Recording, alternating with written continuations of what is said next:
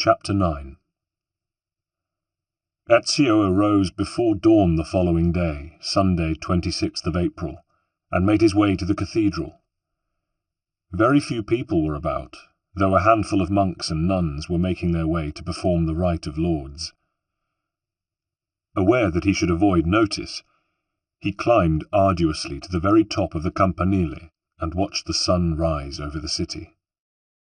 Gradually beneath him, the square began to fill with citizens of every description, families and couples, merchants and nobles, eager to attend the main service of the day, graced as it would be by the presence of the Duke and his younger brother and co-ruler.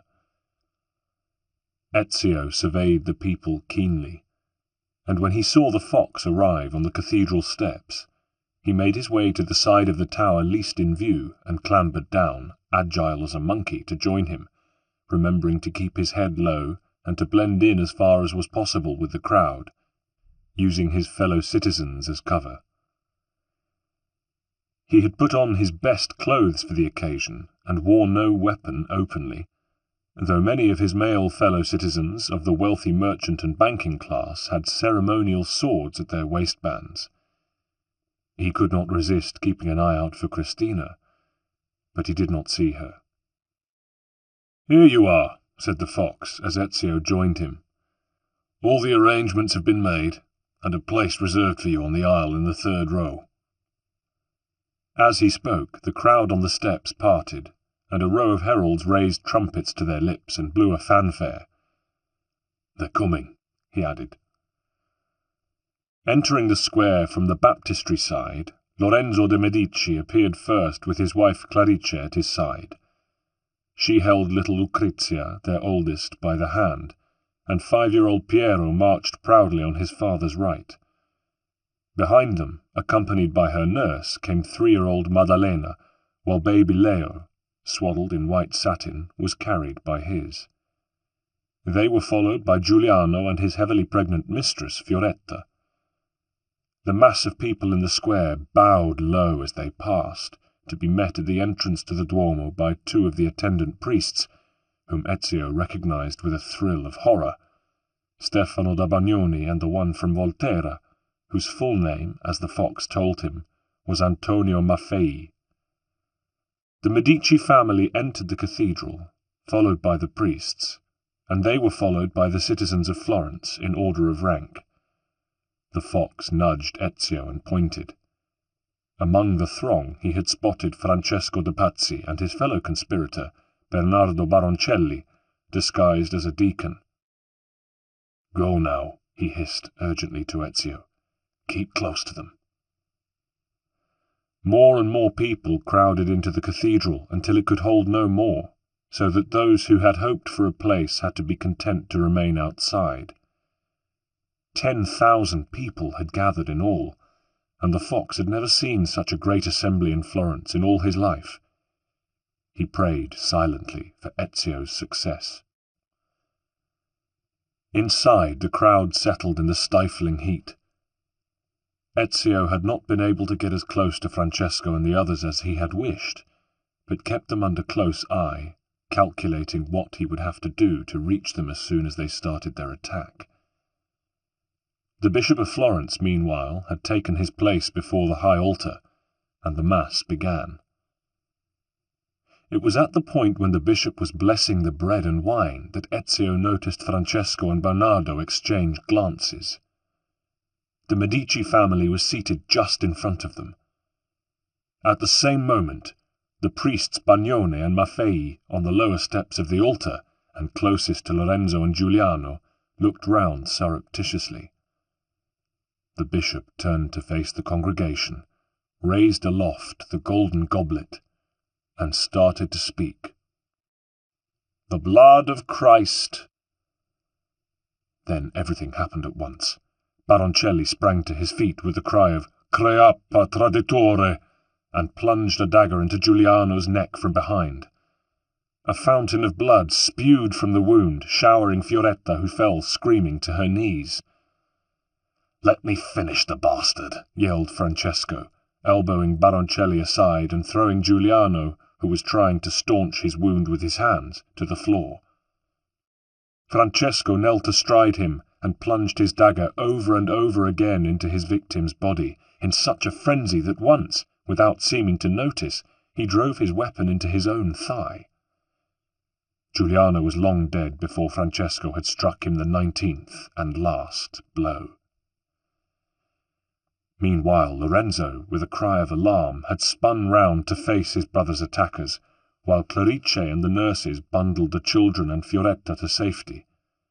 There was confusion everywhere. Lorenzo had spurned the idea of having his bodyguards close. A murderous attack in a church was a thing all but unheard of. But now they struggled to reach him through the mass of confused and panic-stricken worshippers, jostling and trampling each other in order to get away from the scene of butchery.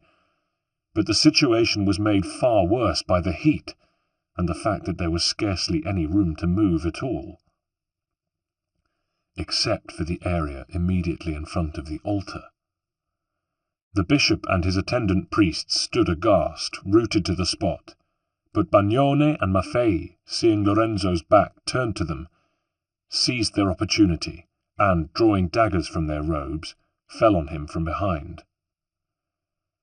Priests are rarely experienced killers, and however noble they believed their cause to be, the two managed only to give Lorenzo flesh wounds before he shook them off.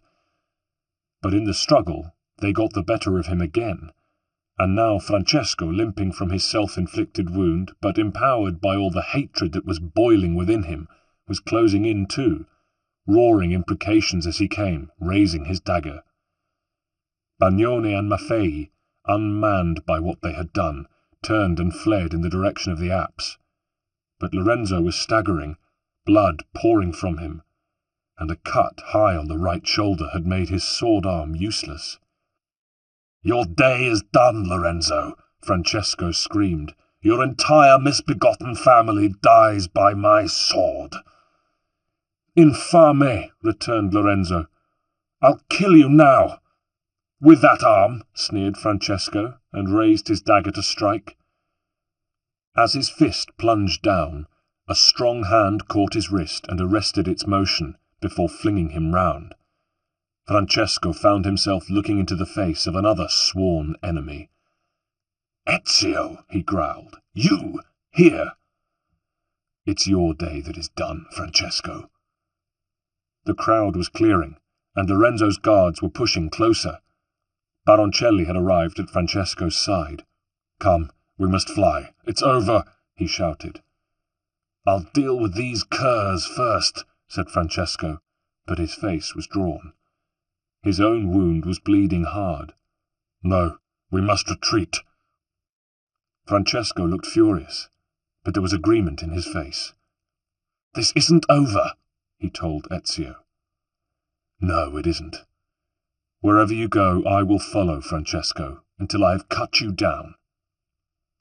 Glaring, Francesco turned and followed Baroncelli, who was already vanishing behind the high altar. There had to be a door out of the cathedral in the apse. Ezio prepared to follow.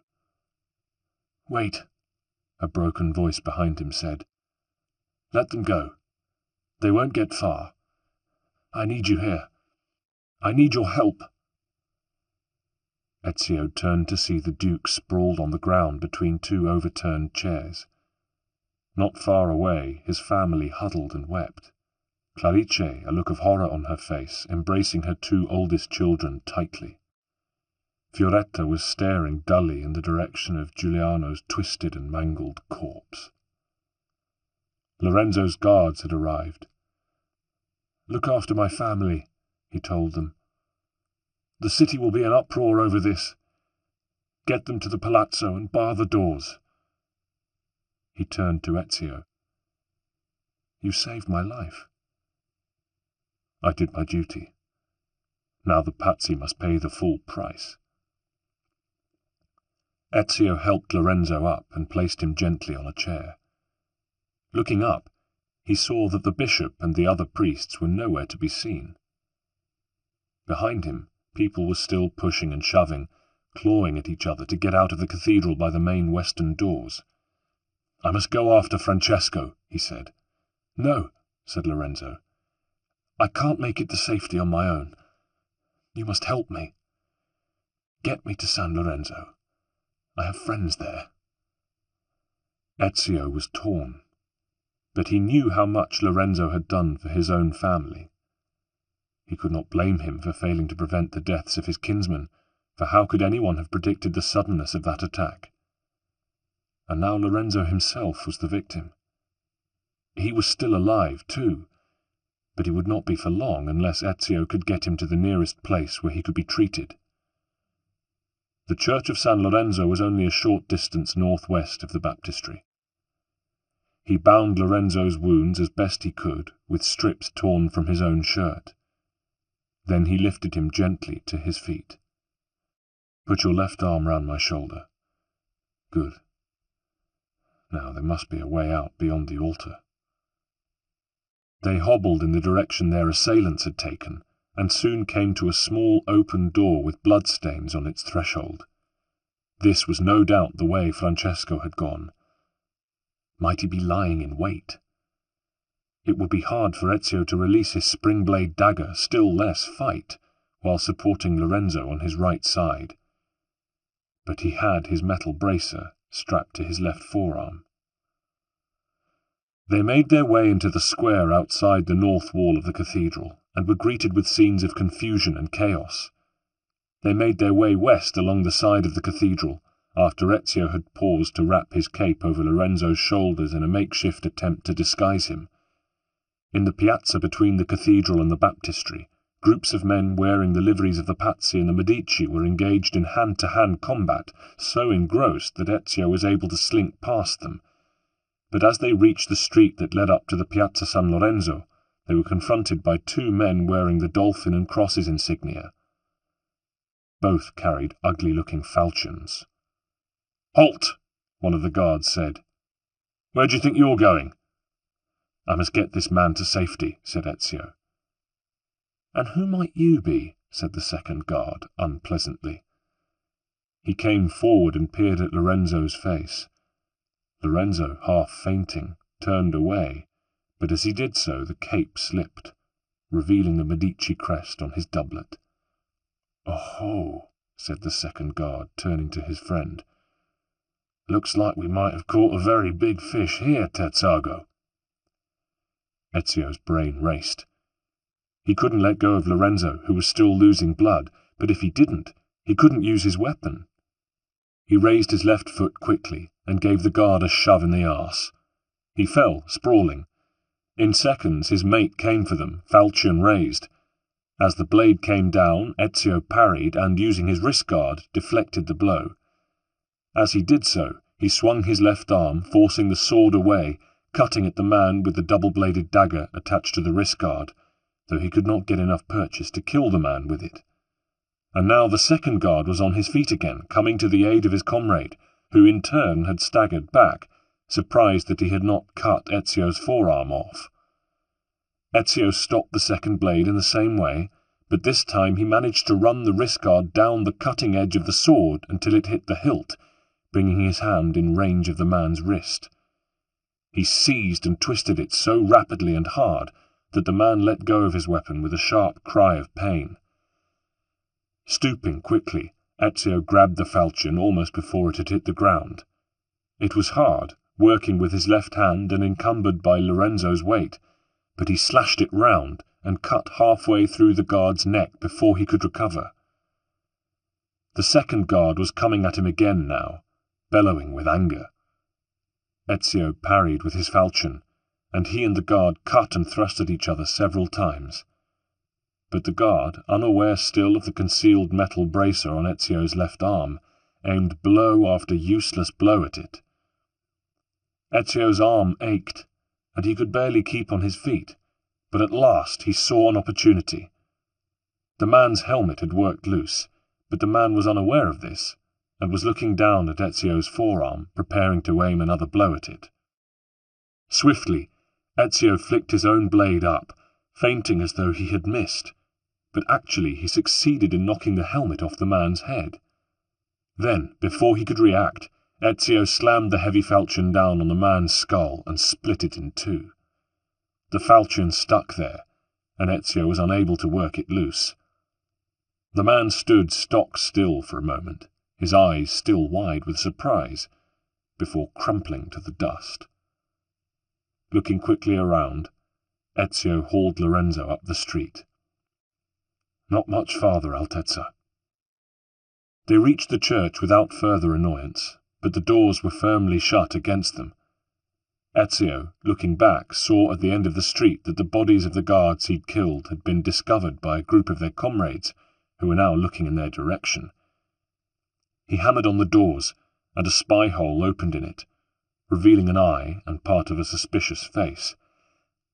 "Lorenzo's been wounded," Ezio gasped. "They're coming for us. Open the door." "I need the password," said the man within. Ezio was at a loss, but Lorenzo had heard the sound of the man's voice and, recognizing it, he rallied. "Angelo," he said loudly, "it's Lorenzo. Open the fucking door." "By the thrice greatest," said the man within. "We thought you must be dead." He turned and yelled at someone unseen. "Get this thing unbolted, and fast!" The spy hole closed, and there was a sound of bolts quickly being drawn. Meanwhile, the Pazzi guardsmen, making their way up the street, had broken into a run. Just in time, one of the heavy doors swung open to admit Ezio and Lorenzo, and as quickly slammed shut behind them, the bolts shot back into place by the keepers in charge of them. There was a terrible noise of battle outside. Ezio found himself looking into the calm green eyes of a refined man of perhaps 24. "Angelo Poliziano," the man introduced himself. "I sent some of our men round the back way to intercept those Pazzi rats. They shouldn't give us any more trouble." Ezio Auditore. "Ah, Lorenzo has spoken of you," he interrupted himself. "But we can talk later. Let me help you get him to a bench. We can take a look at his wounds there." "He's safe now," said Ezio, handing Lorenzo over to 2 attendants who gently guided him to a bench set against the north wall of the church. "We'll patch him up, staunch the blood, and as soon as he's recovered enough, we'll get him back to his palazzo. Don't worry, Ezio. He is indeed safe now, and we will not forget what you have done." But Ezio was already thinking of Francesco de Pazzi. The man had had more than enough time to make good his escape. "I must take my leave," he said. "Wait," Lorenzo called. Nodding to Poliziano, Ezio went over to him and knelt by his side.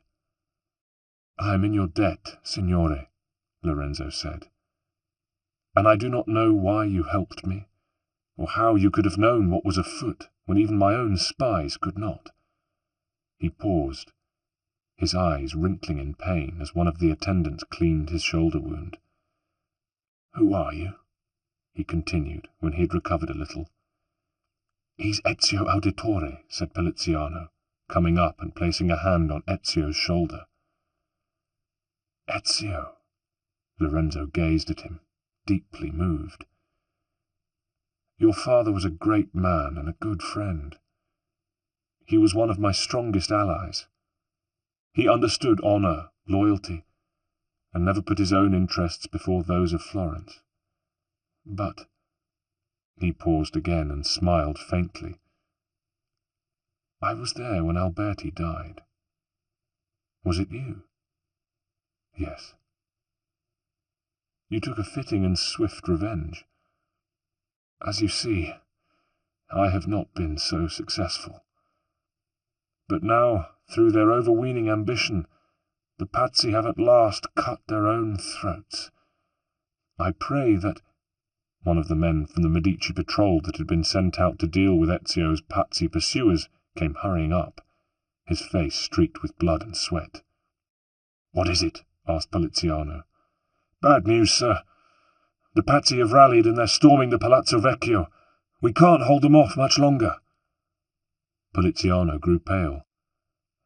"This is bad news indeed. If they gain control of it, they'll kill all the supporters we have that they can lay their hands on, and if they seize power—" "If they seize power," Lorenzo said, "my survival will mean nothing. We will all be dead men. He tried to get up, but fell back, groaning in pain. "Angelo, you must take what troops we have here and—" "No, my place is with you. We must get you to the Palazzo Medici as soon as possible. From there we may be able to reorganize and hit back." "I will go," said Ezio. "I have unfinished business with Messer Francesco as it is." Lorenzo looked at him. "You have done enough." "Not until this job is finished, Altezza. And Angelo is right. He has a more important task to perform, getting you to the safety of your palazzo." "Signori," the Medici messenger put in, "I have more news. I saw Francesco de Pazzi leading a troop to the rear of the Palazzo Vecchio. He's seeking a way in on the Signoria's blind side." Poliziano looked at Ezio. "Go, arm yourself and take a detachment from here, and hurry. This man will go with you and be your guide. He will show you where it is safest to leave this church. From there, it will take you 10 minutes to reach the Palazzo Vecchio." Ezio bowed and turned to leave. "Florence will never forget what you are doing for her," said Lorenzo. "Go with God." Outside, the bells of most of the churches were ringing, adding to the cacophony of clashing steel and of human cries and groans. The city was in turmoil. Wagons set afire blazed in the streets. Pockets of soldiery from both sides ran hither and yon, or faced each other in pitched melees. The dead were scattered everywhere, in the squares and along the roadways, but there was too much tumult for the crows to dare to fly in for the feast they regarded with their harsh black eyes from the rooftops. The western doors of the Palazzo Vecchio stood open, and the noise of fighting came from the courtyard within. Ezio brought his little troop to a halt and accosted a Medici officer who was running towards the palazzo in charge of another squad. "Do you know what's going on? The Pazzi broke in from the rear and opened the doors from within, but our men inside the palazzo are keeping them off. They haven't got beyond the courtyard. With luck, we'll be able to hem them in." "Is there news of Francesco de Pazzi?" "He and his men are holding the back entrance of the palazzo. If we could gain control of that, we'd have them trapped for sure." Ezio turned to his men. "Let's go," he shouted. They rushed across the square and down the narrow street which ran along the north wall of the palazzo, where a very different Ezio had climbed to his father's cell window long ago, and taking the first right from it, quickly encountered the Pazzi troop under Francesco guarding the rear entrance. They were immediately on their guard, and when Francesco recognized Ezio, he cried, "You again? Why aren't you dead yet? You murdered my son." "He tried to murder me." "Kill him! Kill him now!" The two sides engaged fiercely, hacking and cutting at each other in near desperate fury, for the Pazzi knew full well how important it was to protect their line of retreat. Ezio, cold rage in his heart, muscled his way towards Francesco, who took a stand with his back to the palazzo door. The sword Ezio had taken from the Medici armory was well balanced, and its blade was of Toledo steel, but the weapon was unfamiliar to him, and, as a consequence, his blows were a fraction less effective than he'd normally inflict. He had maimed rather than killed the men who had stood in his way. This Francesco had noticed. "You think yourself a master swordsman now, do you, boy? You can't even make a clean kill. Let me give you a demonstration." They fell on each other then, sparks flying from their blades as they clashed. But Francesco had less room to maneuver than Ezio, and, 20 years his senior, was beginning to tire, even though he had seen less action that day than his opponent. "Guards!" he cried at last. "To me!" But his men had fallen back before the Medici onslaught. He and Ezio now faced each other alone. Francesco looked desperately around for a means of retreat himself, but there was none save through the palazzo itself. He threw open the door behind him and went up a stone staircase that ran up the inside wall. Ezio realized that as most of the Medici defenders would be concentrated at the front of the building where most of the fighting was, they probably didn't have enough men to cover the rear as well. Ezio raced up after him to the second floor. The rooms here were deserted, since all the occupants of the palazzo, save for half a dozen frightened clerks who ran away as soon as they saw them, were down below, fighting to contain the Pazzi in the courtyard. Francesco and Ezio fought their way through the gilded, high-ceilinged state-rooms until they reached a balcony high above the Piazza della Signoria. The noise of battle reached up to them from below, and Francesco called out hopelessly for aid, but there was no one to hear him, and his last retreat was cut off. "Stand and fight," said Ezio. "It's just us now." "Maledetto!" Ezio slashed at him, drawing blood from his left arm. "Come on, Francesco. Where's all the courage you showed when you had my father killed? When you stabbed Giuliano this morning?" "Get the hell away from me, you spawn of the devil!" Francesco lunged, but he was tiring, and his aim went far too wide. He staggered forwards, his balance thrown, and Ezio stood deftly aside, raising his foot and bringing it firmly down on Francesco's sword blade, pulling the man down with it. Before Francesco could recover, Ezio stamped on his hand, making him let go of the hilt, grabbed him by the shoulder, and heaved him over onto his back. As he struggled to get up, Ezio kicked him brutally in the face. Francesco's eyes rolled as he struggled into unconsciousness.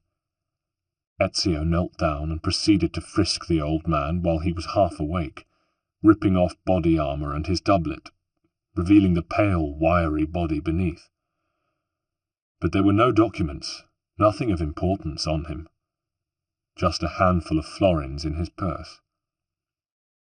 Ezio flung aside his sword and released his spring-blade dagger. He knelt, put an arm under Francesco's neck, and pulled him up so that their faces were almost touching. Francesco's eyelids flickered open. His eyes expressed horror and fear. "Spare me," he managed to croak. At that moment a great cry of victory rose from the courtyard below. Ezio listened to the voices, and caught enough to understand that the Pazzi had been routed. "Spare you," he said. "I'd as soon spare a rabid wolf." "No," shrieked Francesco. "I beg you." "This is for my father," said Ezio, stabbing him in the gizzard. "And this is for Federico," stabbing him again. "And this for Petruccio, and this for Giuliano." Blood spurted and streamed from Francesco's wounds, and Ezio was covered in it. But he would have gone on stabbing the dying man if Mario's words had not then come back to him. "Do not become the man he was." He sank back onto his heels. Francesco's eyes still glittered, though their light was fading. He was muttering something. Ezio leaned low to listen. "A priest! A priest! Oh, for pity's sake, fetch me a priest!" Ezio was deeply shocked, now that the fury within him had abated, at the savagery with which he had killed. This was not in accordance with the creed. "There is no time," he said. "I will have a mass said for your soul." Francesco's throat was rattling now. Then his limbs stiffened and shook as he reached his death throes, his head arching back, his mouth open wide as he fought the last impossible battle with the invincible foe, whom we all have to face one day. And he sank down, an empty bag, a slight, shrunken, pallid thing. "Requiescat in pace," murmured Ezio. Then a new roar arose from the square. Across from the southwest corner, 50 or 60 men came running, led by a man Ezio recognized, Francesco's uncle Jacopo. They bore the Pazzi banner aloft. "Libertà! Libertà! Popolo e libertà!" they shouted as they came. At the same time, the Medici forces streamed out of the palazzo to meet them, but they were tired and, as Ezio could see, outnumbered. He turned back to the body. "Well, Francesco," he said, "I think I have found one way in which you can repay your debt, even now." Quickly, he reached under the corpse's shoulders, hoisted it up, it was surprisingly light, and carried it to the balcony. Here, finding a lanyard from which a banner hung, he used the length of rope to fasten around the old man's lifeless neck. He quickly attached the other end to a sturdy stone column, and summoning up all his strength, raised it high, then tossed it over the parapet. The rope paid out, but suddenly jerked taut with a snap. Francesco's limp body hung, toes pointing listlessly at the ground far below. Ezio hid himself behind the column. "Jacopo!" he called in a voice of thunder. "Jacopo de Pazzi! Look, your leader is dead. Your cause is finished." Below he could see Jacopo look up and falter. Behind him his men, too, hesitated.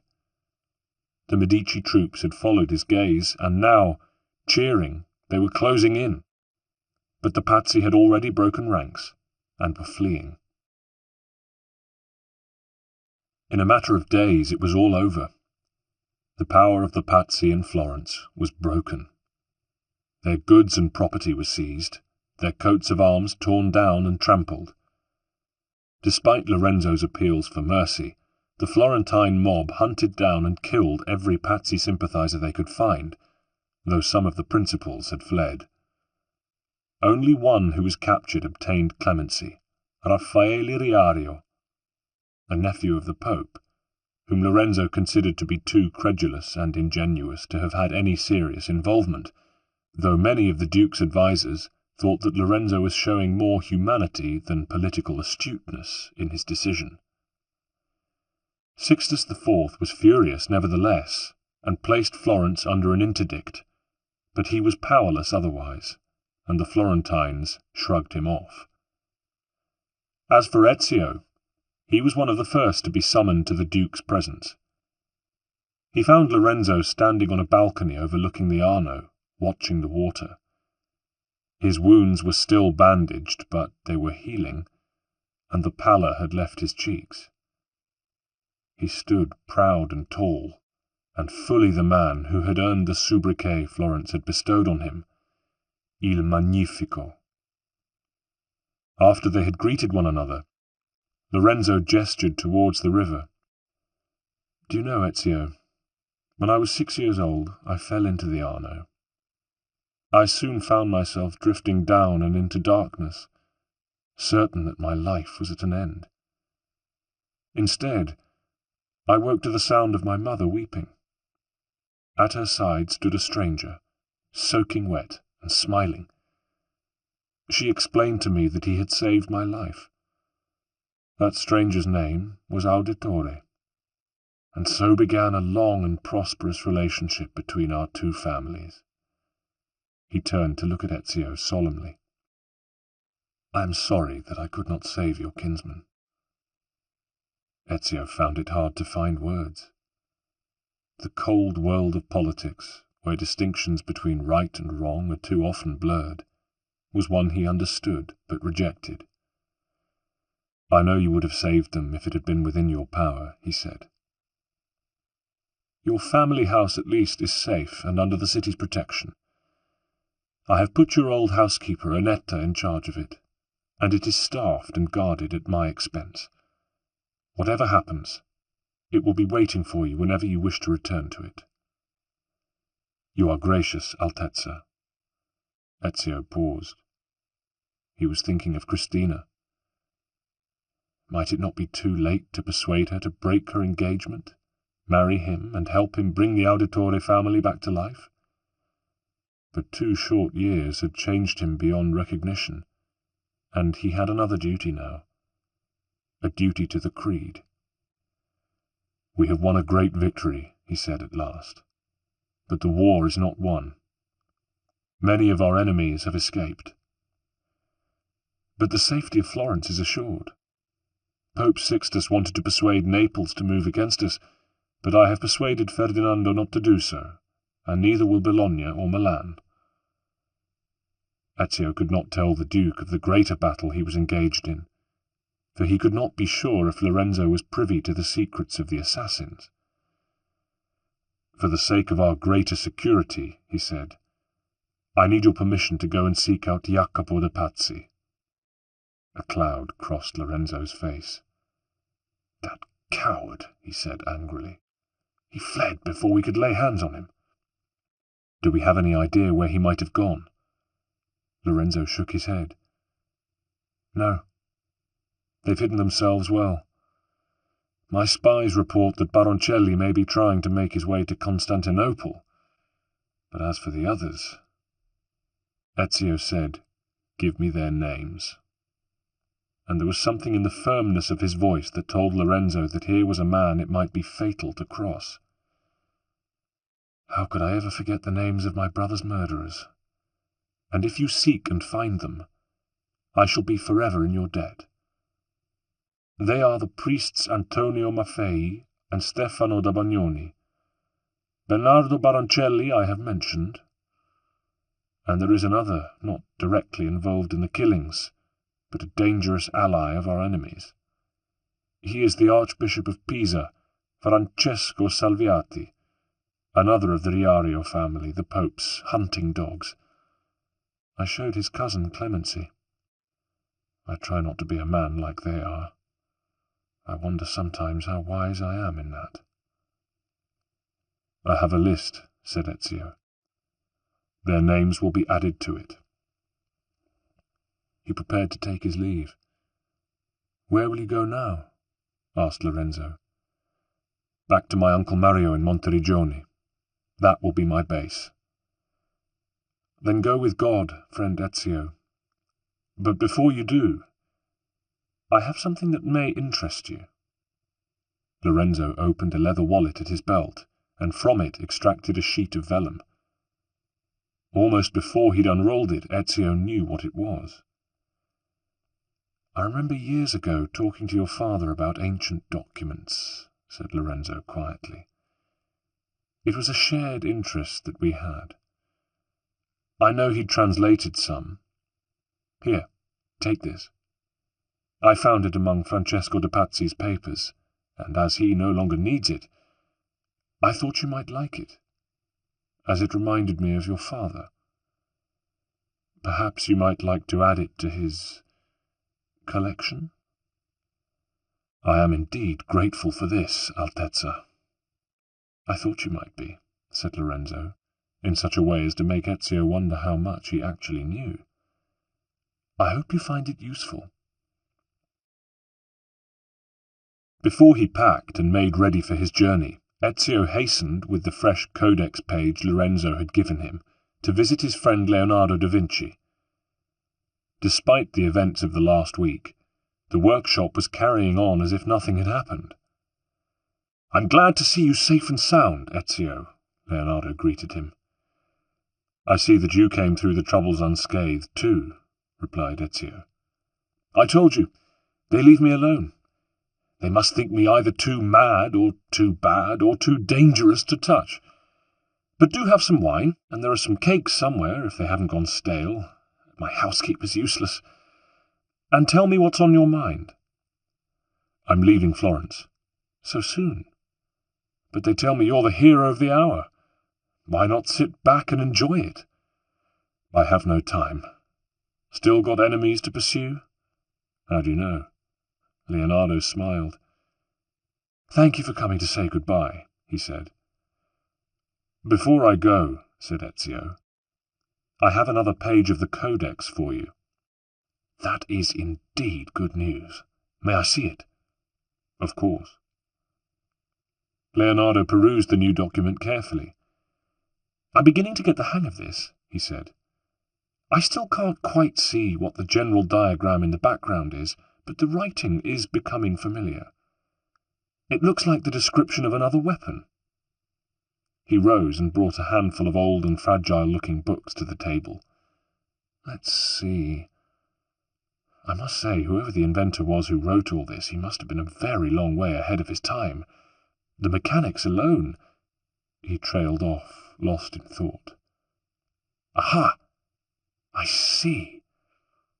Ezio, it's a design for another blade, one that will fit into the mechanism you attach to your arm if you need to use this one in place of the first." "What's the difference?" "If I'm right, this one's quite nasty. It's hollow in the middle, see?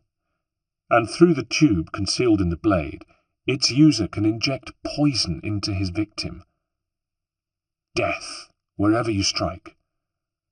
This thing would make you practically invincible." "Can you make it? On the same terms as before?" "Of course." "Good. How long have I got?" "The end of the week. I have some preparations to make, and there's someone I want to try to see, to say goodbye. But I need to get going as soon as possible. It doesn't give me long, but I still have the tools I needed for the first job, and my assistants have got their hand in, so I don't see why not." Ezio used the intervening time to settle his affairs in Florence, pack his bags, and arrange a courier to take a letter to Monteriggioni. He found himself putting off his final, self-imposed task again and again, but he knew he'd have to do it. At last, on his second-to-last evening, he walked over to the Calfucci mansion. His feet were like lead. But when he approached the place, he found it dark and closed up. Knowing he was behaving like a madman, he clambered up to Christina's balcony, only to find her windows securely shuttered. The nasturtiums in pots on the balcony were withered and dead. As he climbed down again, wearily, he felt as if his heart had been covered in a shroud. He remained at the door in a dream, for he knew not how long. But someone must have been watching him, for finally a first-floor window opened, and a woman put her head out. "They've gone, you know. Signor Calfucci saw the trouble coming and cleared the family out to Lucca. That's where his daughter's fiancé comes from." "Lucca?" "Yes. The families have got quite close, I hear." "When will they be back?" "No idea." The woman looked at him. "Don't I know you from somewhere?" "I don't think so," said Ezio. He spent that night dreaming alternately of Christina and of Francesco's bloody end. In the morning it was overcast, a sky to suit Ezio's mood. He made his way to Leonardo's workshop, glad that this was the day on which he would leave Florence. The new knife blade was ready, finished in dull grey steel, very hard, the edges sharp enough to sever a silk handkerchief if you just let it fall through the air onto them. The hole in the point was tiny. "The hilt contains the poison, and you release it simply by flexing your arm muscle against this inner button. Be careful, as it's quite sensitive." "What poison should I use?" "I've used a strong distillation of hemlock to get you started, but when you run out, ask any doctor." "Poison? From a doctor?" "In high enough concentrations, that which cures can also kill." Ezio nodded sadly. "I'm in your debt once more. Here is your codex page." "Must you leave so soon?" "Florence is safe, for now, but I still have work to do." Chapter 10. "Ezio!" beamed Mario, his beard bristlier than ever, his face burned by the Tuscan sun. "Welcome back." "Uncle." Mario's face became more serious. "I can see from your face that you've been through much in the months since we last met. And when you're bathed and rested, you must tell me all." He paused. "We have heard all the news from Florence, and even I, found myself praying that by some miracle you would be spared. But not only were you spared, you turned the tide against the Pazzi. The Templars will hate you for that, Ezio." "It is a hatred I reciprocate." "Rest first, then tell me all." That evening the two men sat down together in Mario's study. Mario listened intently as Ezio told him all he knew of the events that had passed in Florence. He returned Vieri's codex page to his uncle, and then passed over the one he had been given by Lorenzo, describing the design it contained for the poison blade, and showing it to him. Mario was duly impressed, but fixed his attention on the new page. "My friend was not able to decipher more than the description of the weapon," said Ezio. "That is as well. Not all the pages contain such instructions, and only those that do should be of any interest to him," said Mario, an underlying note of caution in his voice. "In any case, only when the pages are reunited shall we be able to understand fully the meaning of the Codex. But this page, when we place it, together with Vieri's, with the others, should bring us a step further." He rose, walked over to the bookcase that concealed the wall on which the Codex pages hung, swung it back, and studied where the new pages might go. One of them connected with those already in place. The other touched a corner of it. "It is interesting that Vieri and his father should have owned pages that were evidently close together," he said. "Now, let us see what—" He broke off, concentrating. He said at last, but his voice was troubled. "Does this bring us any further, Uncle?" "I'm not sure. We may be just as much in the dark as ever. But there is definitely some reference to a prophet, not from the Bible, but either a living prophet or one who is to come." "Who could it be?" "Let's not go too fast." Mario brooded over the pages, his lips moving, speaking a language Ezio did not understand. "As far as I can make out, the text here roughly translates as, 'Only the prophet may open it.' And here there's a reference to 2 pieces of Eden. But what that means I do not know. We must be patient until we have more pages of the Codex." "I know the Codex is important, Uncle, but I have what is for me a more pressing reason to be here than to unravel its mystery. I seek the renegade, Jacopo de Pazzi." "He certainly travelled south after fleeing Florence." Mario hesitated before continuing. "I had not meant to talk of this with you tonight, Ezio. But the matter is as urgent to me as I see it is to you, and we have to start our preparations soon. My old friend Roberto has been driven out of San Gimignano, and it has become once more a stronghold of the Templars. It is too close to Florence and to us to remain so. I believe that Jacopo may seek refuge there." "I have a list of the names of the other conspirators," said Ezio, taking it from his wallet and handing it to his uncle. "Good.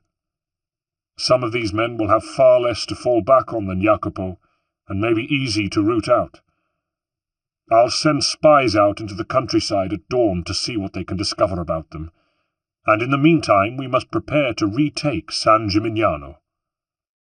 "By all means make your men ready, but for me there is no time to waste if I am to bring these murderers down." Mario considered. "Perhaps you are right. A man alone can often breach walls which an army cannot, and we should bring them down while they still think they are safe." He considered for a moment. "So, I give you my permission. You go on ahead and see what you can discover. I know you are more than able to look after yourself these days." "Uncle, my thanks." "Not so fast, Ezio. I grant you this leave on one condition." "Which is?" "That you delay your departure for a week." "A week?" "If you are to go out into the field alone, with no backup, you will need more than these Codex weapons to help you. You are a man now, and a brave fighter for the assassins, but your reputation will make the Templars even hungrier for your blood, and I know that there are still skills which you lack." Ezio shook his head impatiently. No, uncle, I am sorry, but a week. Mario frowned, but raised his voice only slightly. It was enough. I have heard good things of you, Ezio, but also bad. You lost control when you killed Francesco, and you allowed sentiment over Christina to tempt you from your path. Your whole duty now is to the creed, for if you neglect it, there may be no world left for you to enjoy. He drew himself up. I speak with your father's voice when I command your obedience. Ezio had watched his uncle grow in stature, even in size, as he spoke, and painful as it was to accept, he acknowledged the truth of what he had been told. Bitterly, he bowed his head. Good, said Mario more kindly, and you will thank me for this. Your new combat training begins in the morning, and remember, the preparation is all. A week later, armed and ready, Ezio rode out for San Gimignano. Mario had told him to make contact with one of the condottieri patrols he had posted within sight of the town to keep track of its comings and goings, and he joined one of their encampments for his first night away from Monteriggioni.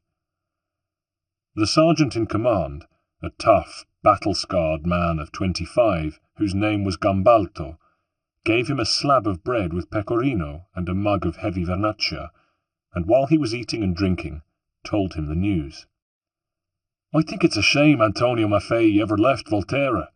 He's got a bee in his bonnet about Lorenzo and thinks the Duke crushed his hometown, whereas all he did was bring it under the wing of Florence. Now Maffei's gone mad. He set himself up at the top of the cathedral tower, surrounded himself with patsy archers, and spends each day spouting scripture and arrows in equal measure. God knows what his plan is, to convert the citizens to his cause with his sermons, or kill them off with his arrows. The ordinary people of San Gimignano hate him, but as long as he continues his reign of terror, the city is powerless against him. So he needs to be neutralized. Well, that would certainly weaken the patsy power base in the city. How well defended are they? Plenty of men on the watchtowers and at the gates, but they change the guard at dawn. Then a man like you might be able to get over the walls and into the city unseen.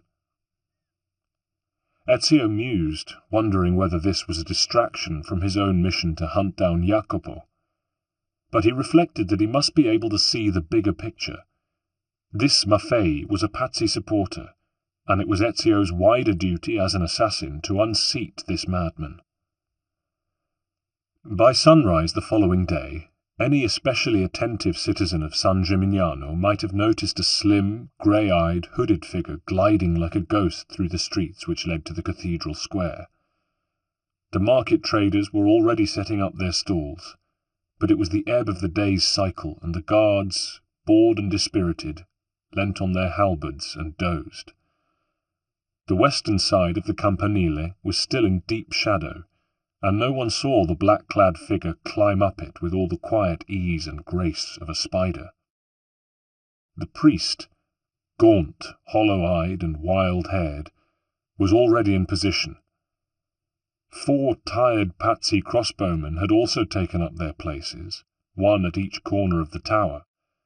But, as if he did not trust the crossbowmen alone to protect him, Antonio Maffei, though clutching a Bible in his left hand, held a rondel dagger in his right. He was already orating, and as Ezio drew close to the top of the tower, he began to catch Maffei's words. Citizens of San Gimignano, heed well my words. You must repent, and seek forgiveness. Join me in prayer, my children, so that together we may stand against the darkness which has fallen across our beloved Tuscany. Give ear, O heavens, and I shall speak, and hear, O earth, the words of my mouth. Let my teaching drop as the rain, my speech distill as the dew, as raindrops on the tender herbs, as showers on the grass. For I proclaim the name of the Lord. He is the rock, His work is perfect, for all his ways are just. Righteous and upright is he, but they who have corrupted themselves, they are not his children. A blemished, perverse, and crooked generation. Citizens of San Gimignano, do you thus deal with the Lord? Oh, foolish and unwise people! Is he not your father who bore you? By the light of his mercy, be cleansed. Ezio leapt lightly over the parapet of the tower and took up a position near the trapdoor which opened onto the stairway that led below. The bowmen struggled to bring their crossbows to bear on him, but the range was short, and he had the element of surprise. He crouched and grasped the heels of one, toppling him over the parapet, howling to his death on the cobblestones 200 feet below. Before the others could react, he had rounded on a second, stabbing him in the arm. The man looked astonished at the small wound, but then turned grey and collapsed, the life draining from him in an instant. Ezio had strapped his new poison blade to his arm, for there was no time for fair mortal combat now. He whirled on the third, who had dropped his crossbow and was trying to get past him to the stairs. As he reached them, Ezio kicked him in the rump, and he stumbled down the wooden steps, head first, bones snapping as he crashed down the first flight. The last raised his hands and burbled something. Ezio looked down and saw that the man had pissed in his hose. He stepped aside and with an ironic bow allowed the terrified bowman to scamper down the stairs after the broken ruins of his comrade. Then he was hit hard on the back of the neck by the heavy steel pommel of a dagger. Maffei had recovered from his shock at the attack and closed on Ezio from behind. Ezio staggered forward. "I will put you on your knees, sinner!" screamed the priest, foam appearing at the sides of his mouth. "Beg forgiveness!" Why do people always waste their time in talk, thought Ezio, who had had time to recover and turn while the priest was speaking. The two men circled each other in the narrow space. Maffei slashed and lunged with his heavy dagger. He was clearly an unskilled fighter, but desperation and his fanaticism made him very dangerous indeed, and Ezio had to dance out of the way of the erratically swinging blade more than once, unable to land a blow himself. But at last he was able to catch the priest's wrist and pull him forwards so that their chests were touching. "I will send you whimpering to hell," snarled Maffei. "Show some respect for death, my friend," Ezio retorted. "I'll give you respect." "Give in. I'll give you time to pray." Maffei spat in Ezio's eyes, forcing him to let go. Then, screaming, he plunged his dagger at Ezio's left forearm, only to see the blade slide harmlessly to one side, deflected by the metal bracer in place there. "What demon protects you?" he snapped. "You talk too much," Ezio said, pushing his own dagger a little way into the priest's neck and tensing the muscles in his forearm. As the poison flowed through the blade into Maffei's jugular, the priest stiffened, opened his mouth, but nothing but foul breath came forth. Then he pushed himself away from Ezio, staggered back to the parapet, steadied himself an instant, and then fell forward into the arms of death. Ezio stooped over Maffei's corpse.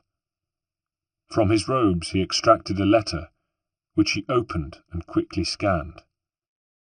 "Padrone, it is with fear in my heart that I write this. The prophet has arrived. I feel it. The very birds don't act as they should. They swirl aimlessly round the sky. I see them from my tower. I will not attend our meeting as you required, for I can no longer remain thus exposed in public view, for fear that the demon may find me. Forgive me, but I must heed my inner voice. May the Father of Understanding guide you, and guide me. Brother A." Gambalto was right, thought Ezio. The man had lost his mind. Somberly, remembering his uncle's admonition. He closed the priest's eyes, saying as he did so, Requiescat in pace. Aware that the archer to whom he'd shown mercy might have raised the alarm, he looked down over the tower's parapet at the town below, but could see no activity to worry him. The Patsy guards still lounged at their posts, and the market had opened, doing a thin trade. No doubt the crossbowman was by now halfway across the countryside, making his way home, finding desertion preferable to a court-martial and possibly torture. He pushed his blade back into its mechanism, hidden on his forearm, taking care to touch it only with a gloved hand, and picked his way down the stairs of the tower. The sun was up, and it would make him too easily visible if he were to climb down the outside of the Campanile. When he rejoined Mario's troop of mercenaries, Gambalto greeted him in an excited mood. "Your presence brings us good fortune," he said. "Our scouts have tracked down Archbishop Salviati." "Where?" "Not far from here. Do you see that mansion on the hill over there?" "Yes, he's there." Gambalto remembered himself. "But first, I must ask you, Capitano, how you fared in the city." "There will be no more sermons of hatred from that tower." "The people will bless you, Capitano." "I am no captain." "To us you are," said Gambalto simply. "Take a detachment of men from here. Salviati is heavily guarded, and the mansion is an old, fortified building." "Very well," said Ezio. "It is good that the eggs are close together, almost in one nest." "The others cannot be far away, Ezio. We will endeavour to find them during your absence." Ezio selected a dozen of Gambalto's best hand-to-hand combat fighters, and led them on foot across the fields that separated them from the mansion where Salviati had taken refuge. He had his men fanned out, but within calling distance of one another, and the Patsy outposts Salviati had put into position were easily either avoided or neutralized. But Ezio lost 2 of his own men in the approach. Ezio had hoped to take the mansion by surprise before its occupants were aware of his attack, but when he came close to the solid main gates, a figure appeared on the walls above them, dressed in the robes of an archbishop, gripping the battlements with claw-like hands. A vulturine face peered down, and was quickly withdrawn. "It's Salviati," Ezio said to himself. There were no other guards posted outside the gates. Ezio beckoned to his men to come up close to the walls, so that archers would not have enough of an angle to fire down at them. There was no doubt that Salviati would have concentrated what remained of his bodyguard inside the walls, which were high and thick enough to seem unbreachable. Ezio was wondering whether he should once again attempt climbing up and over the walls, and open the gates from the inside to admit his troops. But he knew that the Patsy guards inside would be alerted to his presence. Motioning to his men to stay out of sight, huddled against the walls, he crouched low, and made his way back through the tall grass the short distance to where the body of one of their enemies lay. Quickly, he stripped and donned the man's uniform, bundling his own clothes under his arm. He rejoined his men, who at first bristled at the sight of a supposed Patsy approaching, and handed his clothes over to one of them. Then he banged on the gates with the pommel of his sword. "Open!" he cried. "In the name of the Father of Understanding!" A tense minute passed. Ezio stood back so that he could be seen from the walls, and then he heard the sound of heavy bolts being drawn. As soon as the gates began to open, Ezio and his men stormed them, heaving them back and scattering the guards within. They found themselves in a courtyard, around which the mansion formed itself in 3 wings. Salviati himself stood at the top of a flight of stairs in the middle of the main wing. A dozen burly men, fully armed, stood between him and Ezio. More occupied the courtyard. "Filthy treachery!" cried the archbishop. but you will not get out again as easily as you've got in." He raised his voice to a commanding roar. "Kill them! Kill them all!" The Pazzi troops closed in, all but surrounding Ezio's men. But the Pazzi had not trained under such a man as Mario Auditore, and despite the odds against them, Ezio's condottieri engaged successfully with their opponents in the courtyard, while Ezio sprang towards the stairs. He released his poison blade and slashed at the men surrounding Salviati. It didn't matter where he hit. Every time he struck and drew blood, be it only at a man's cheek, that man died in a heartbeat. "You are indeed a demon, from the 4th ring of the 9th circle," Salviati spoke in a shuddering voice, as at last he and Ezio confronted one another. Ezio retracted the poison blade, but drew his battle dagger. He grasped Salviati by the scruff of his cope, and held the blade to the Archbishop's neck. "The Templars lost their Christianity when they discovered banking," he said evenly. "Do you not know your own gospel? Thou canst not serve God and Mammon? But now is your chance to redeem yourself. Tell me, where is Jacopo?" Salviati glared in defiance. "You will never find him." Ezio drew the blade gently but firmly across the man's gizzard, drawing a little blood. "You'll have to do better than that, Arcivescovo. Night guards us when we meet. Now finish your business." "So you skulk like the murderers you are under cover of darkness. Thank you for that. I will ask you once more, where?" "The Father of Understanding knows that what I do now is for the greater good," said Salviati coldly, and suddenly seizing Ezio's wrist with both his hands, he forced the dagger deep into his own throat. "Tell me!" yelled Ezio. But the Archbishop, his mouth bubbling blood, had already sunk at his feet, his gorgeous yellow and white robes blossoming red. It was to be several months before Ezio had further news of the conspirators he sought. Meanwhile, he worked with Mario to plan how they might retake San Gimignano and free its citizens from the cruel yoke of the Templars, but they had learned a lesson from the last time and maintained an iron grip on the city. Knowing that the Templars would also be searching for the still missing pages of the Codex, Ezio roamed far and wide in quest of them himself, but to no avail.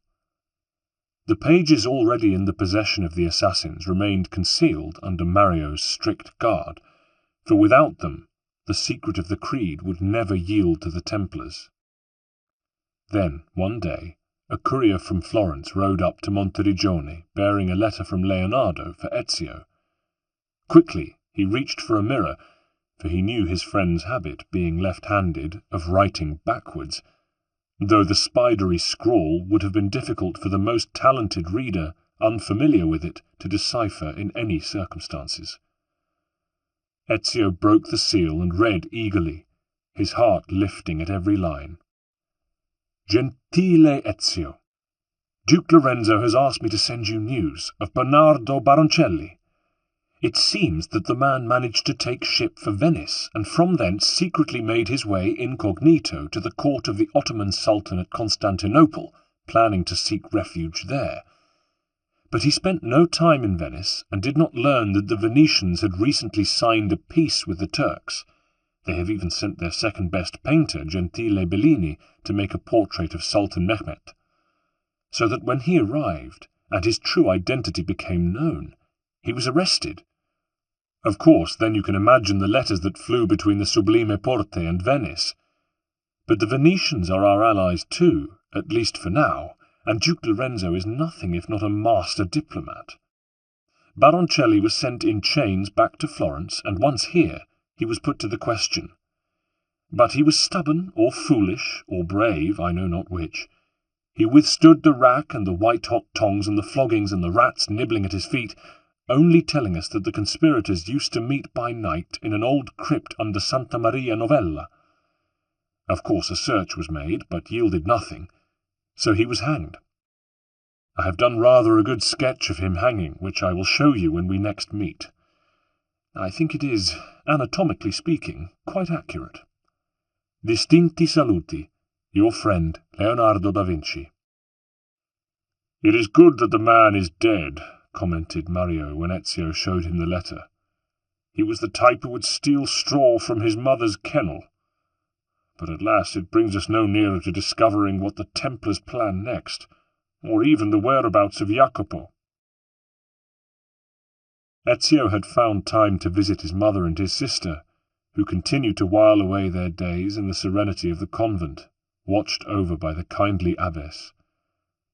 Maria had, he saw to his sadness, made as much of a recovery as she would ever make.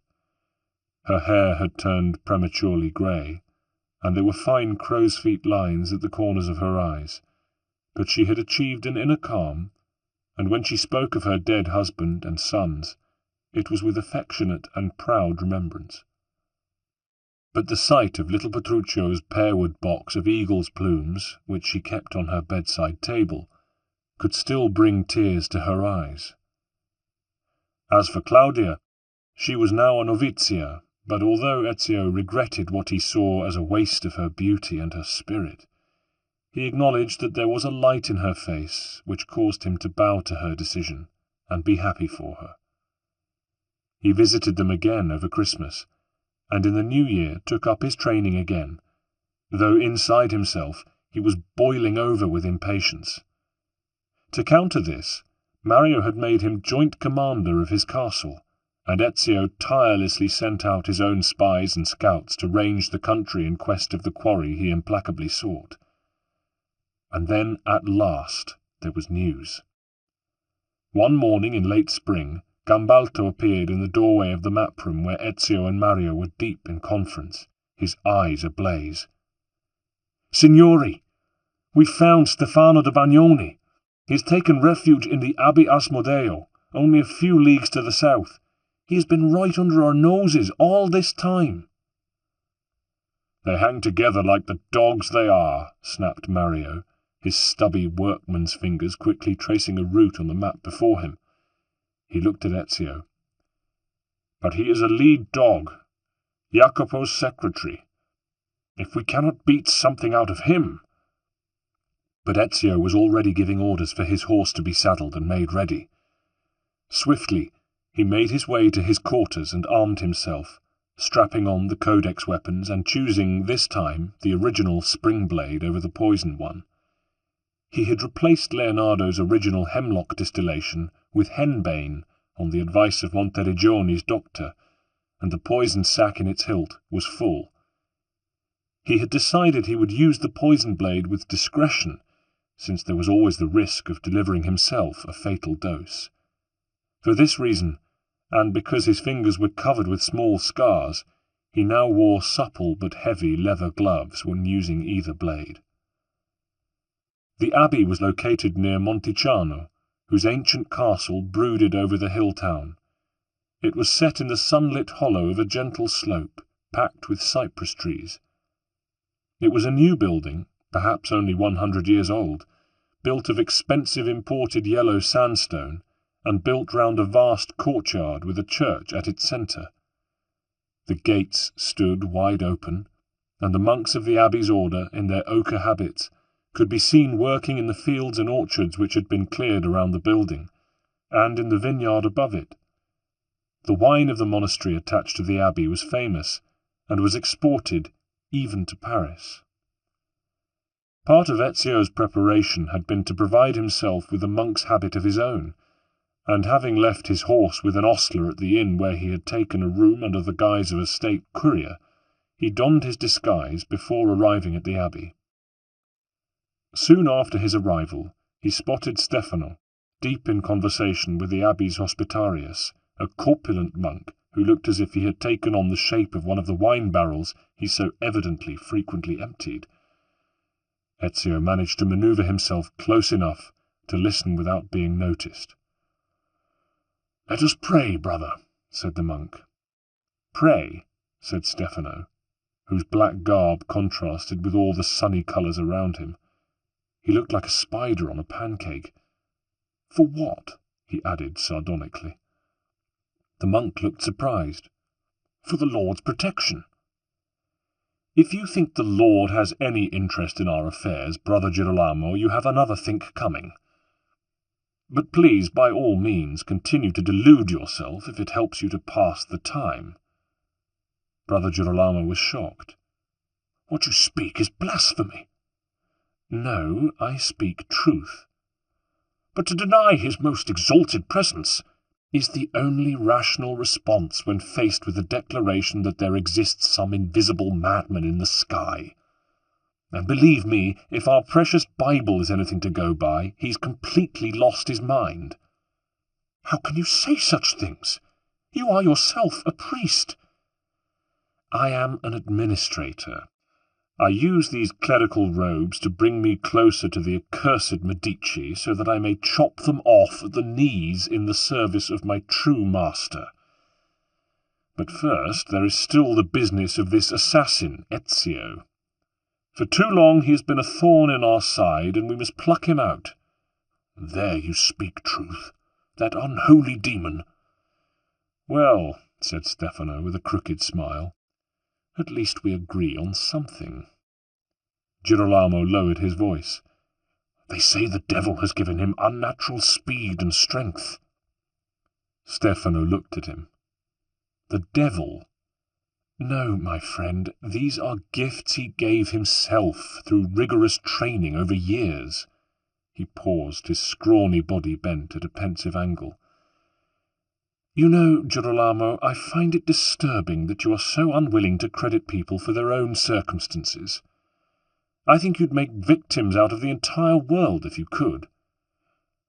I forgive your lack of faith and your forked tongue, replied Girolamo piously. You are still one of God's children.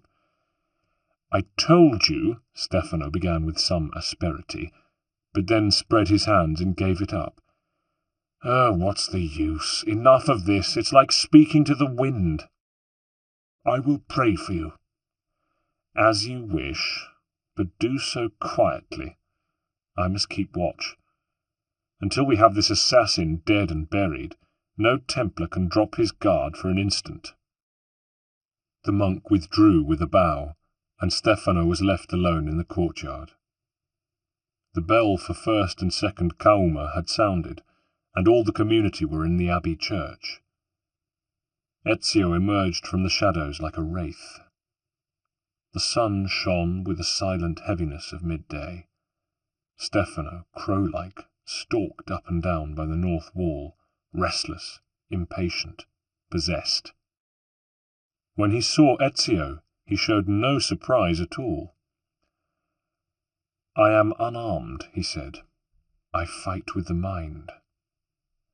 To use that, you must remain alive. Can you defend yourself? Would you kill me in cold blood? I will kill you because it is necessary that you die. A good answer. But do you not think I may have secrets that would be useful to you? I can see that you would not bow under any torture. Stefano looked at him appraisingly. I will take that as a compliment, though I am not so sure myself. However, it is of merely academic significance. He paused before continuing in his thin voice. You have missed your chance, Ezio. The die is cast. The assassin's cause is lost. I know you will kill me whatever I do or say, and that I shall be dead before the midday mass is over, but my death will profit you nothing. The Templars already have you in check, and soon it will be checkmate. You cannot be sure of that. I am about to meet my Maker, if he exists at all. It will be refreshing to find out. In the meantime, why should I lie? Ezio released his dagger. How clever, commented Stefano. What will they think of next? Redeem yourself, said Ezio. Tell me what you know. What do you wish to know? The whereabouts of my master Jacopo? Stefano smiled. "That is easy. He meets our confederates soon, at night, in the shadow of the Roman gods." He paused. "I hope that makes you happy, for nothing you can do will make me say more. And it is in any case of no significance, for I know in my heart that you are too late. My only regret is that I will not see your undoing. But who knows? Perhaps there is an afterlife, and I shall be able to look down on your death. But for the present, let us get this unpleasant business over with." The abbey bell was ringing once more. Ezio had little time. "I think you could teach me much," he said. Stefano looked at him sadly. "Not in this world," he said. He opened the neck of his gown. "But do me the favour of sending me quickly into the night." Ezio stabbed once, deeply, and with deadly accuracy. "There are the ruins of a temple of Mithras to the southwest of San Gimignano," said Mario thoughtfully when Ezio returned. "They are the only Roman ruins of any significance for miles around. And you say he spoke of the shadow of the Roman gods?" Those were his words. "And the Templars are to meet there, soon?" "Yes." "Then we must not delay. We must keep a vigil there from this night on." Ezio was despondent. "Da Bagnone told me it was already too late to stop them." Mario grinned. "Well then, it's up to us to prove him wrong." It was the third night of the vigil. Mario had returned to his base to continue his schemes against the Templars in San Gimignano, and left Ezio with 5 trusted men, Gambalto among them, to keep watch concealed in the dense woods which fringed the isolated, desolate ruins of the Temple of Mithras. This was a large set of buildings developed over centuries, whose last occupant had indeed been Mithras, the god the Roman army had adopted, but which contained more ancient chapels, once consecrated to Minerva, Venus, and Mercury. There was also a theatre attached to the complex, whose stage was still solid, though faced by a broken semicircle of terraced stone benches, the home now of scorpions and mice, backed by a crumbling wall and flanked by broken columns where owls had made their nests. Everywhere ivy climbed, and tough buddleia shouldered its way through the cracks it had made in the stained and decaying marble. Overall, the moon cast a ghastly light, and, used though they were to tackling mortal foes unafraid, 1 or 2 of the men were distinctly nervous. Ezio had told himself that they would keep watch for a week, but he knew it would be hard for the men to keep their nerve in this place for that long, for the ghosts of the pagan past were a strong presence here. But towards midnight, as the assassins ached in every limb from lack of activity and keeping still, they heard the faint tinkling of harness. Ezio and his men braced themselves. Soon afterwards there rode through the complex a dozen soldiers bearing torches and headed by 3 men. They were making for the theatre. Ezio and his condottieri shadowed them there. The men dismounted and formed a protective circle round their 3 leaders. Watching, Ezio recognized with triumph the face of the man he had sought so long, Jacopo de Pazzi, a harassed-looking greybeard of 60. He was accompanied by 1 man he did not know and another whom he did, the beak-nosed, crimson-cowled, unmistakable figure of Rodrigo Borgia. Grimly, Ezio attached the poison blade to the mechanism on his right wrist. "You know why I have called this meeting," Rodrigo began. "I have given you more than enough time, Jacopo, but you have yet to redeem yourself." "I am sorry, Commendatore. I have done all that is within my power. The assassins have outflanked me." "You have not regained Florence." Jacopo bowed his head. You have not even been able to strike off the head of Ezio Auditore, a mere cub. And with every victory over us, he gains strength, becomes more dangerous. It was my nephew Francesco's fault, babbled Jacopo. His impatience made him reckless. I tried to be the voice of reason. More like the voice of cowardice, put in the third man harshly. Jacopo turned to him with markedly less respect than he had shown Rodrigo. Ah, Messer Emilio, perhaps we would have been better served had you sent us weaponry of quality instead of the rubbish you Venetians call armaments. But you Barbarighi were always cheapskates. Enough, thundered Rodrigo. He turned again to Jacopo. We put our faith in you and your family. And how have you repaid us? With inaction and incompetence. You retake San Gimignano. Bravo! And there you sit.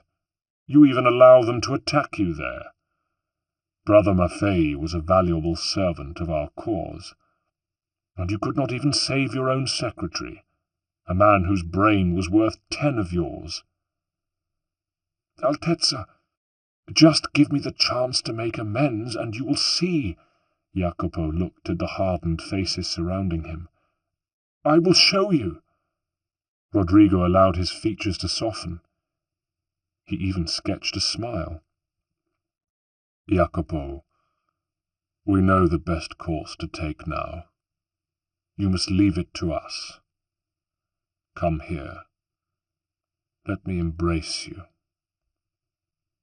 Hesitantly, Jacopo obeyed. Rodrigo put his left arm round his shoulders, and with his right drew a stiletto from his robes and slid it firmly between Jacopo's ribs. Jacopo pushed his way back off the knife, while Rodrigo looked at him in the same way as a father might regard his errant son. Jacopo clutched his wound. Rodrigo had not penetrated any vital organ. Perhaps. But now Emilio Barbarigo stepped up to him. Instinctively, Jacopo held up his bloodied hands to protect himself, for Emilio had drawn a wicked-looking basilard, one of its edges roughly serrated, and with a deep blood gutter along the side of its blade. No, whimpered Jacopo. I have done my best. I have always served the cause loyally, all my life. Please, please don't. Emilio gave a brutal laugh. Please don't what, you snivelling piece of shit? And he tore Jacopo's doublet open, immediately dragging the serrated blade of his heavy dagger across Jacopo's chest, tearing it open. Jacopo screamed and fell first to his knees and then onto his side, writhing in blood. He looked up to see Rodrigo Borgia standing over him, a narrow sword in his hand. Master, have pity, Jacopo managed to say. It is not too late. Give me one last chance to put matters right. Then he choked on his own blood. Oh, Jacopo, said Rodrigo gently, how you have disappointed me. He raised his blade and thrust it through Jacopo's neck with such force that the point emerged at the nape, seeming to sever the spinal cord. He twisted it in the wound before drawing it out, slowly. Jacopo raised himself, his mouth full of blood, but he was already dead, and sank back, twitching, until he was at last still. Rodrigo wiped his sword on the dead man's clothes, and drawing his cloak aside, sheathed it. What a mess, he murmured. Then he turned, looked directly in Ezio's direction, grinned and shouted, You can come out now, assassin. My apologies for having robbed you of your prize. Before he could react, Ezio found himself grabbed by two guards whose tunics bore a red cross within a yellow shield, the coat of arms of his arch-enemy. He called to Gambalto, but there was no answer from any of his men. He was dragged onto the stage of the ancient theatre. "Greetings, Ezio," said Rodrigo. "I'm sorry about your men, but did you really think I didn't expect to find you here? That I didn't plan for you to come? Do you think Stefano da Bagnoni all but told you the exact time and place of this meeting without my knowledge and approval? Of course, we had to make it seem difficult, or you might have sensed a trap." He laughed. "Poor Ezio. You see, we've been at this game a lot longer than you have. I had my guards hidden in the woods here long before you even arrived, and I'm afraid your men were taken as much by surprise as you were. But I wanted to see you again alive before you leave us. Call it a whim. And now I am satisfied." Rodrigo smiled and addressed the guards holding Ezio's arms. "Thank you. You may kill him now." Together with Emilio Barbarigo, he mounted his horse and rode away, together with the guards who had accompanied him there. Ezio watched him go. He thought fast. There were the two burly men holding him, and how many others still concealed in the woods? How many men had Borgia set in place to ambush his own troop? "Say your prayers, boy," one of his captors told him. "Look," said Ezio, "I know you're only obeying orders. So if you release me, I'll spare your lives. How about that?" The guard who had spoken looked amused. "Well, listen to you. I don't think I've ever come across anyone able to keep their sense of humour like you at a moment like—" But he didn't get to finish his sentence. Ezio sprang out his hidden blade and, taking advantage of their surprise, cut at the man holding him on his right. The poison did its work, and the man staggered back, falling not far away. Before the other guard could react, Ezio had thrust his blade deep into his armpit, the one spot armour could not cover. Free, he leapt into the shadows at the edge of the stage and waited. He didn't have to wait long. From out of the woods, the other 10 guards Rodrigo had hidden there emerged, some warily scanning the fringes of the theatre, others bending over their fallen comrades. Moving with the deadly speed of a lynx, Ezio threw himself among them, slashing at them with sickle-like cuts, concentrating on any part of their bodies that was exposed. Already frightened and taken half off guard, the Borgia troops reeled before him, and Ezio had slain 5 of their number before the others took to their heels and vanished, bellowing in panic, into the woods. Ezio watched them go. They wouldn't report back to Rodrigo unless they wanted to be hanged for incompetence, and it would take a while before they were missed, and Rodrigo learned that his satanic plan had misfired. Ezio knelt over the body of Jacopo de Pazzi. Battered and robbed of all dignity, all that was left was the shell of a pathetic, desperate old man. "You poor wretch," he said. "I was angry when I saw that Rodrigo had robbed me of my rightful prey, but now... He fell silent and reached over to close de Pazzi's eyes. Then he realized that the eyes were looking at him. By some miracle, Jacopo was still just alive. He opened his mouth to speak, but no sound could come. It was clear that he was in the last extremes of agony.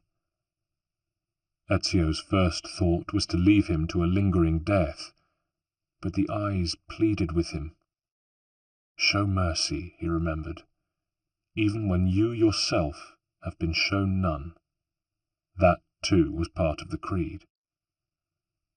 "God give you peace," he said, kissing Jacopo's forehead as he pushed his dagger firmly into his old adversary's heart.